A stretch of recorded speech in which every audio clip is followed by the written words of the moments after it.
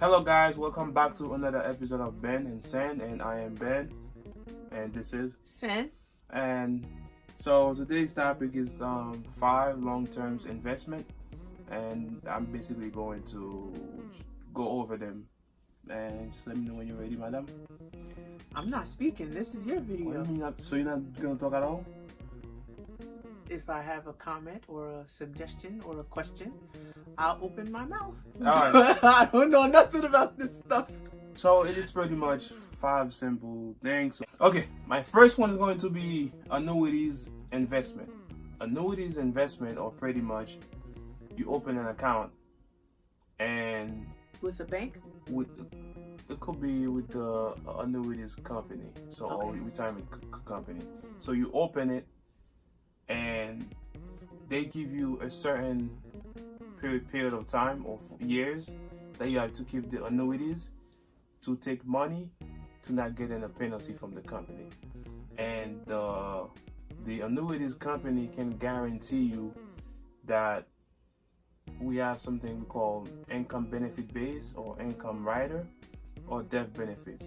So the annuities company guarantee you, let's say they choose a 5% growing interest. So they'll guarantee you each year you get 5% daily compound interest on the death benefit. So meaning if you deposited 100,000, so next year your death benefit will be 106,000. All right, and also your income benefit base will be 106,000. So this is going to be continued going until they have until you reach 85 or whichever age that listed on the contract. So this is how pretty much your annuities work. So let me just summarize it for you guys. It's an annuities. You open the contract. The companies give you a window when you can take money to not getting a penalty from them, and also your income benefit base and your death benefit base going by a percentage, but it will be a daily compound interest rate. Okay, the next one is mutual funds. Mutual fund is just pretty much a combination of stocks and bonds. So it's just pretty much, some people don't like invest all their money in one basket. The stock market has a higher risk, and where bonds, normally the risk is like a little bit lower. So that's why people who like to manage their risk, or that's why some people do mutual funds. It's just like pretty much a portfolio of funds invested in all different companies. The reason why people do that, let's say if you're invested in mutual funds that have 10 companies, unless if you're really in a bad luck for all 10 companies to do bad in one day. So most likely maybe 2 of them might do bad in one day, and 8 of them do good. So that's why people like to invest in mutual funds. And I'm going to the third one, has a long-term investment. Okay, so my third one going to be land. People like to invest in land because you can produce from the land. So you can make gardens, you can make corns, whatever that you like. Farms and stuff. Yeah, so you can produce from it, and at the same time, So farms. you can do farms with it. So that's why a lot of people like to invest in this stuff, because you're paying taxes on it. At the same time, you see what you invested on, and instead of buying gold, stuff like that, which is sometimes those gold cannot reproduce, and the land actually reproduce. Very true. So it's like, it's a preference. But once people buy land, they see it as a long-term investment, because not a lot of people like to invest in it.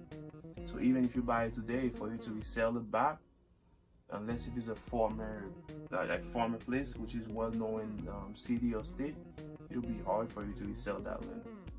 So that's why when people buy it, you have to think twice. And my fourth one going to be stocks. Normally stocks, you see nice returns or nice interest on stock. It's pretty much when you keep it longer. Because if you buy a stock today and you sell in the next 3 months. Yes, of course you might make I don't know, depends on how much that you spend. Yes, of course you might make you might make an extra 100 or extra 1,000 based on the market the last 3 months. But if someone buy the stock, let's say for 40 years ago at $10, and today the stock worth like $200. So these people will see a higher profit. So that's why when you buy, like some people might, and then some companies, you have to hold the stock for 1 year to be considered as a long-term investment. And some companies is 5 years, so it depends on the companies. But normally in finance, you have to keep something for at least a year to be considered as a long-term investment. But stocks are pretty nice investment, and if I'm not mistaken, I think it's one of the best investment if you keep it for 20 years. So if you keep a stock for 20 years, you will see a good returns on it. But no, normally people started investing in stock. If you don't really know what you're doing, people started investing in stock in their 30s. But if you invested on your stock on your 20s and you just forget about it until you're like 40, 50s, you're going to see a nice return on it. Okay, and my last one is going to be real estate or buying a house. Normally when people buy a house, they see it as a long term, because if you didn't want to buy the house, you could have been just rent. Normally people see a house as a long term because you're pretty much stuck to that city or you're stuck to that community. Because I might buy a house today and it take me actually 2 years to sell it. So you can't really invest in a house and then be like, okay, I want to get out next 3 days. And houses have some good returns too, because when you buy the house and the interest is going up, like the national interest is going up, and the value of a property keep going up. So even if you decided to sell it, you're gonna make some profit. So that's why people see real estate as a long-term investment, because these investments are not easy investment. Because when you purchase a house, there's a lot you have to be considered. You have to think about the school, the crime rate, the poverty, your kids, the the environment, all this stuff. But what about like those people who invest in homes for other people to occupy? Like, do you think that's considered a good long-term investment, or is that like an investment that's like ongoing? Yes, that's with an ongoing return. Like, yeah. If I were to buy a house and then I don't live in it, but I rent it out to other people. Yes, that's a long-term investment. Is it still considered long-term? Because I buy to generate cash flow. Mm-hmm. Because as long as the clients keep paying you, you have a cash flow going on.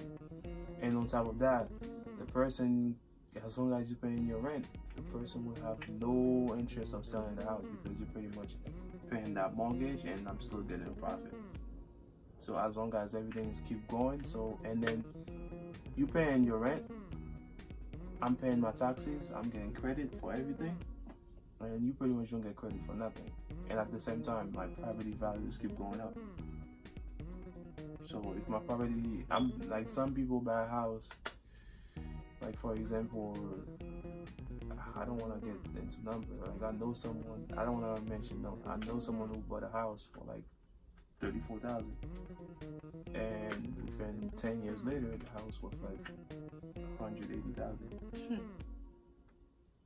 And at the same time, all that person is doing is paying taxes. And you have tenants paying you, and you just keep paying your taxes at the same time. Your property keep going. And then once you own the house, they cannot tell you how much to sell it. So you can ask whatever that you want to ask. And unless if the house, unless if you sell the house and you make a profit of $250,000, that's when you can claim that on your tax. After that, all of them are tax free. So you can see someone buy a house for 10,000 and sell it for 50,000.